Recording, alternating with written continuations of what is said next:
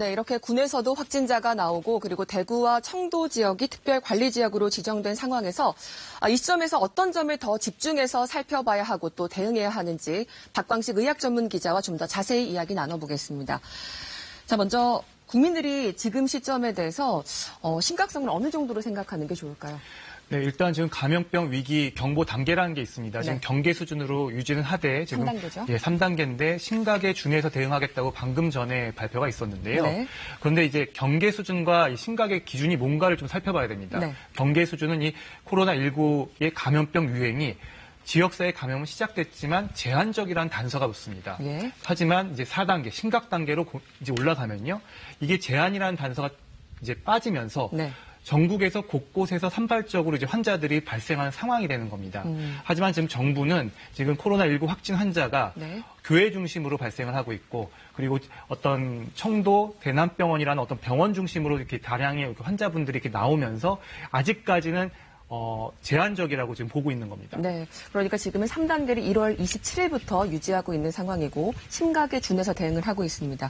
자, 그러면 좀 더 얘기하기 전에 확진자 현황을 좀 짚어볼까요? 오늘 나온 확진자 현황. 네, 오늘 나온 확진자 현황에 대해서 좀 말씀을 다시 한번 짚어드리겠습니다. 확진자가 52명 추가가 됐습니다. 그래서 지금 총 156명이 이제 늘었습니다. 그래서 지금까지 퇴원 환자는 16명, 네. 그리고 사망한 사람은 1명입니다.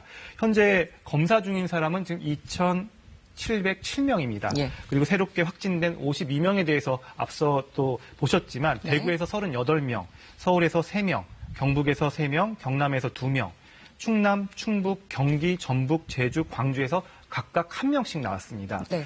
이 중 신천지 대구교회 관련된 사람이 39명입니다. 네, 그런데 이게 오전 발표이기 때문에 오늘 4시 기준으로 한 번 더 5시에 발표가 있지 않습니까? 그러면 52명보다 더 늘어날 가능성이 있겠네요. 그렇습니다. 오늘 확진자가 보통 이제 방역대책본부에서 2번을 발표합니다. 오전 9시 기준, 예. 오후 4시 기준인데 오후 4시 기준에 따라서 또 추가로 늘어날 수가 있습니다.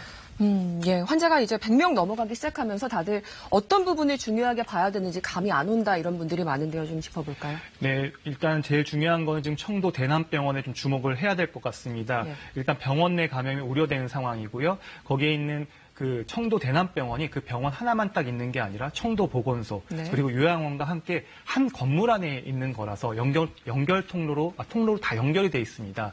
그래서 이 안에 있는 분들, 이 시설을 사용했던 분들에 대한 코로나19 감염 가능성에 대해서 지금 집중해서 봐야 될 필요가 있고요. 네. 그리고 병원 내 감염 가능성이 왜 중요하냐면 의료진이 감염이 되면 의료진은 환자를 보기 때문에 그 병원에 입원해 있던 취약한 만성질환자들을 갖다가 진료를 했을 것이고 네. 그런 환자분들이 감염이 됐을 경우에는 훨씬 더 중증으로 가기가 쉽고 그렇게 되면 사망률도 그 사망 환자도 또 나올 수 있기 때문에 좀 이 부분은 좀 각별한 주의가 필요합니다. 네, 지금 전국에서도 경남에서도 지금 확진자가 나오고 있고 청정 지역이라고 알려진 제주에서도 확진자가 나왔잖아요. 이 전국적인 발생 상황은 앞으로 어떤 추세를 좀 보이게 될까요? 네, 일단 감염 경로가 잘 알 수 없는 환자분들이 전국에서 나오게 되면 결국 제한적 지역사회 감염이 아닌 결국 전국적인 유행 상황으로 갈 가능성이 매우 높습니다. 예.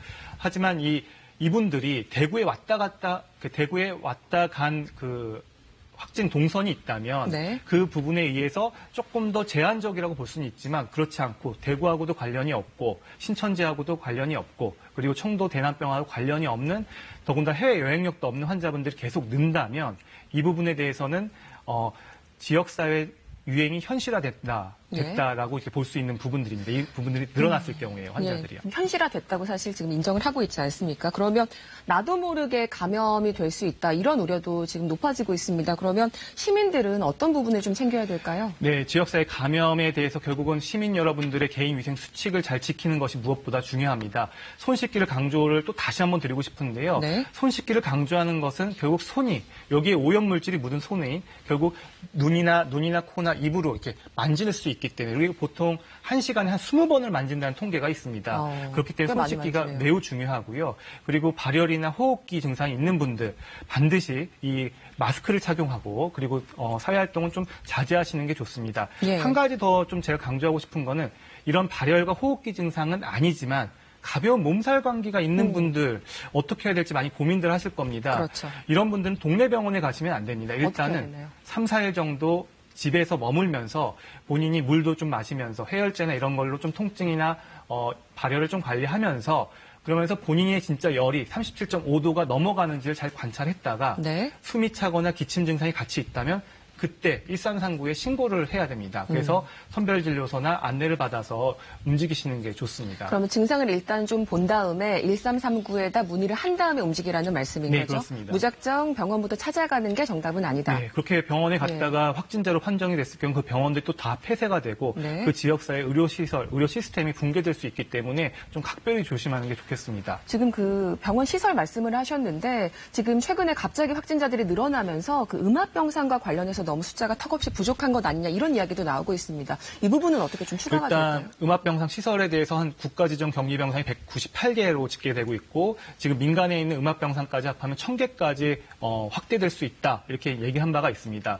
지금까지는 이 정도 환자라면 관리가 가능하지만 예. 과연 1000명이 넘어갈 경우에는 이게 어떻게 될 것인지에 대한 문제가 있습니다. 그래서 오늘 앞서서 이 중수본 브리핑에서 몇 가지 대안을 제시했는데요. 네. 하나는 전화로 우리가 아플 때 의료진에게 전화로 상담을 하고 처방전을 받을 수 있게 한시적으로 허용하겠다는 얘기를 했고요.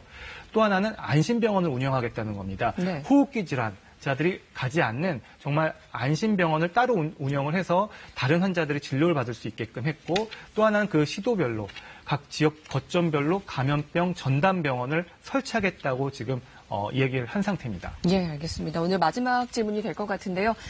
처음으로 국내 사망자가 나오지 않았습니까? 이 환자는 코로나19와의 연관성이 어떻게 직접적인 연관성이 파악이 됐나요?